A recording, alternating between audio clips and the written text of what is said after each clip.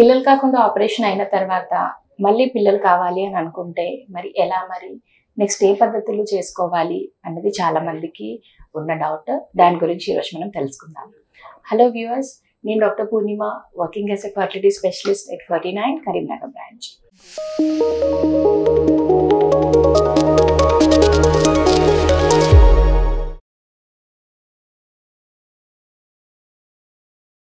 So చాలా మంది couples పిల్లలు కాకుండా ఆపరేషన్ చేసుకున్న తర్వాత కూడా పిల్లలు కావాలి అని కోరుకుంటూ ఉంటారు. అది చాలా కారణాల వల్ల అయి ఉండొచ్చు.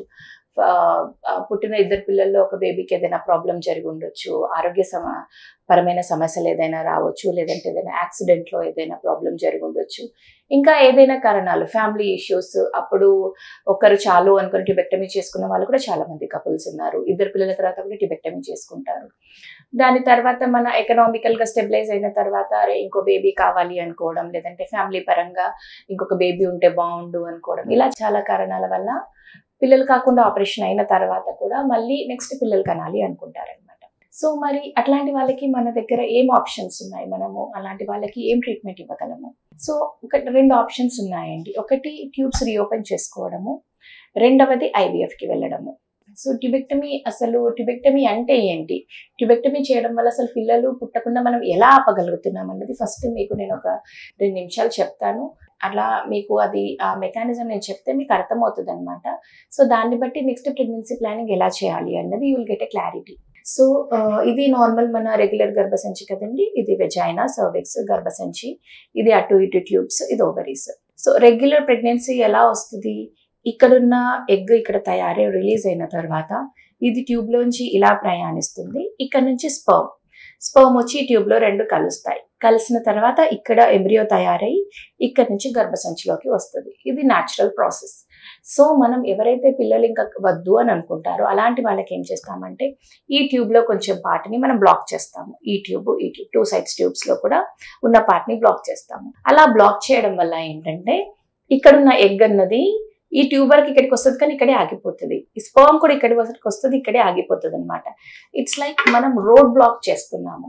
అవి 2 కలిసే రోడ్ ఏదైతే ఉందో ఆ రోడ్ని మనం బ్లాక్ చేసేస్తున్నాం అనమాట. సో అలా బ్లాక్ చేయడం వల్ల మనకి ఎగ్ ఉన్న స్పర్మ్ కలవడం లేదు కాబట్టి మనకి ప్రెగ్నెన్సీ అవకాశాలు లేవన్నమాట. సో అది మన మెకానిజం, ట్యూబెక్టమీ వెనక ఉన్న మెకానిజం. ట్యూబెక్టమీ చేయడం వల్ల ఎందుకు పిల్లలు పుట్టరు అంటే ఇది ఫ్యామిలీ ప్లానింగ్ ఆపరేషన్ అంటాం కదా అందరము.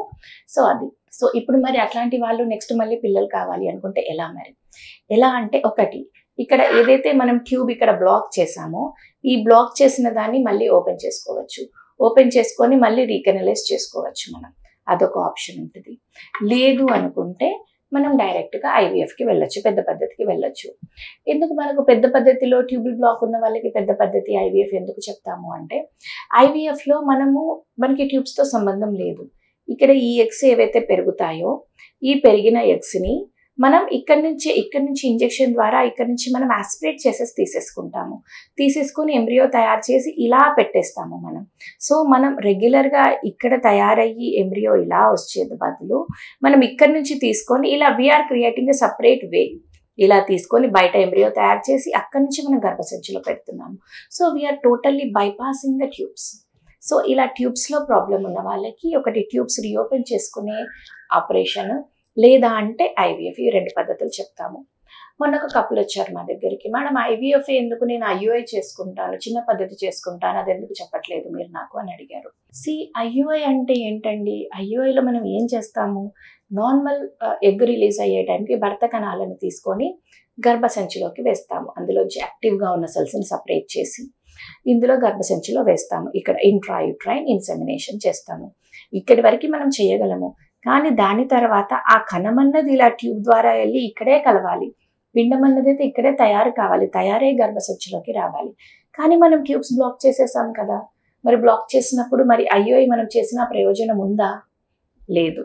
అందుకనే మనం ఐయుఐ చేసిన ప్రయోజనం లేదు కాబట్టే చిన్న పద్ధతి, ఐయుఐని జనరల్‌గా అందరికీ అలవాటయ్యే తెలిసే భాషలో చిన్న పద్ధతి అంటామనమాట. సో, ఐయుఐ మనం చేయడం వల్ల ప్రయోజనం లేదు కాబట్టే అందరికీ మనం పెద్ద పద్ధతి అని చెప్తామనమాట. సో, ఈ 2 పద్ధతుల ద్వారా మనం ఎవరైతే ఆల్రెడీ ఫ్యామిలీ ప్లానింగ్ ఆపరేషన్ చేసేసుకున్నారో, అలా ఫ్యామిలీ ప్లానింగ్ ఆపరేషన్ చేసుకున్న తర్వాత కూడా పిల్లలను కనాలి అంటే ఈ 2 పద్ధతుల్లో ఏదో ఒక పద్ధతి ద్వారా మనం కనొచ్చు. ఇప్పుడు ఏ పేషెంట్‌కి ఏ పద్ధతి, మరి ఎవరికి ట్యూబ్స్ రీఓపెన్ చేస్తాము, ఎవరికి ఐవీఎఫ్ చెప్తాము అన్నది వాళ్ళ ఏజ్ మీద, వాళ్ళ ఏఎంహెచ్ మీద, భర్త కణాల కౌంట్ మీద, వాటి క్వాలిటీ మీద, ఇంకా వాళ్ళకి ఇంకేమైనా ఆపరేషన్స్ అయ్యాయా, వాళ్ళకి ఇంకేమైనా బీపీ, షుగర్, థైరాయిడ్, టీబీ అలా ఇంకేమైనా ఉన్నాయా, వీటన్నింటి మీద మనం ఈ ఫ్యాక్టర్స్ అన్నిటిని పరిగణలోకి తీసుకొని వాళ్ళకి ట్యూబ్స్ రీఓపెన్ చేస్తే మంచిదా, లేదు అంటే ఐవీఎఫ్కి, ఈ రెండిట్లలో దేనితోటి వాళ్ళకి బెటర్ సక్సెస్ రేట్ ఉంటుంది అన్నది కపుల్ని కూర్చోపెట్టి వాళ్ళతో డిస్కస్ చేసి, వాళ్ళ బ్లడ్ టెస్ట్లన్నీ చూసి, వాళ్ళ స్కాన్, సెమెన్ అనాలిసిస్ అన్నీ చూసి మనం డిసైడ్ చేస్తాము. సో, ఎవరైనా సరే పిల్లలు కాకుండా ఆపరేషన్ చేసుకున్న తర్వాత వేరే కారణాల వల్ల మళ్ళీ పిల్లలు కావాలి అనుకుంటే నిరాశపడే అవసరం లేదండి. మీరు కానీ మీ ఫ్రెండ్స్‌లో ఎవరైనా ఇలాంటి సిట్యుయేషన్‌లో ఉన్నట్టయితే తప్పకుండా మా దగ్గరికి రండి. మీ సమస్యకు మా దగ్గర పరిష్కారం ఉంది. Thank you.